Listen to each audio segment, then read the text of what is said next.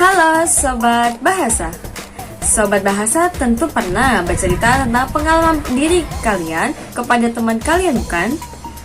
Nah, kalian bercerita kepada teman kalian dari awal, tengah, hingga akhir kegiatan.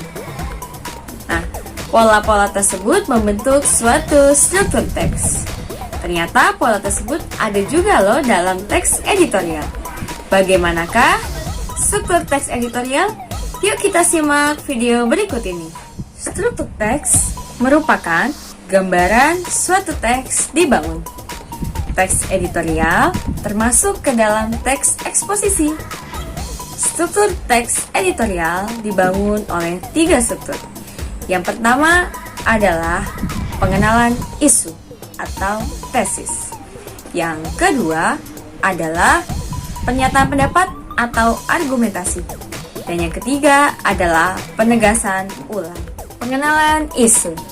Pengenalan isu merupakan bagian pendahuluan dalam teks editorial.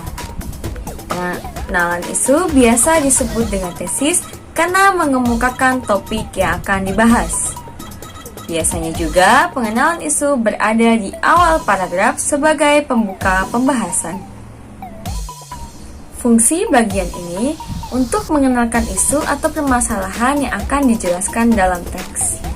Nah, biasanya dalam bagian ini dimasukkan masalah atau isu yang fenomenal, aktual, dan kontroversial. Serta pada bagian ini berisikan pendapat atau pandangan penulis terhadap permasalahan yang sedang diangkat. Penyampaian pendapat atau argumentasi. Bagian ini adalah bagian yang memberikan pembahasan atau tanggapan suatu redaksi atau penulis terhadap permasalahan yang diangkat pada tesis. Pada bagian ini pula, penulis menyajikan fakta yang terjadi di lapangan. Bagian ketiga adalah penegasan ulang. Bagian ini berisikan simpulan, saran, atau rekomendasi yang berisi harapan redaksi kepada pihak terkait agar mengatasi persoalan yang terjadi dalam isu tersebut. Bagian ini juga merupakan bagian penutup opini yang berisi penegasan kembali tesis dan argumentasi agar pembaca semakin yakin terhadap penegasan tersebut yang ditunjang oleh fakta dalam teks editorial. Dan yang terakhir, pada bagian ini juga penulis mengungkapkan opini atau pendapatnya terhadap permasalahan yang terjadi dalam teks editorial. Oke Sobat Bahasa, kita masuk pada kaidah kebahasaan teks editorial. Ada 4 kaidah kebahasaan teks editorial. 1. Menggunakan kalimat retoris. 2. Menggunakan kata-kata populer. 3. Menggunakan kata ganti petunjuk.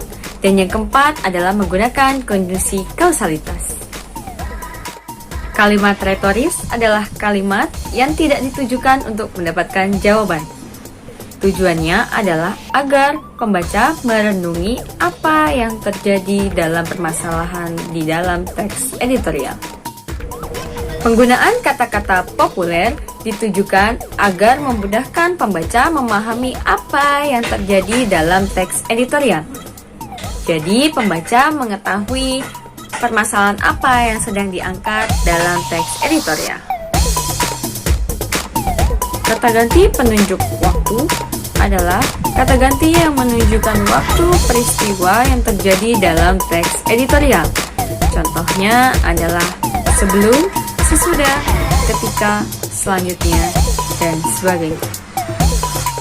Penggunaan konjungsi kausalitas yaitu adalah konjungsi yang menunjukkan kalimat sebab, yang biasanya digunakan kata-katanya adalah sebab, oleh sebab itu, karena, dan karena itu.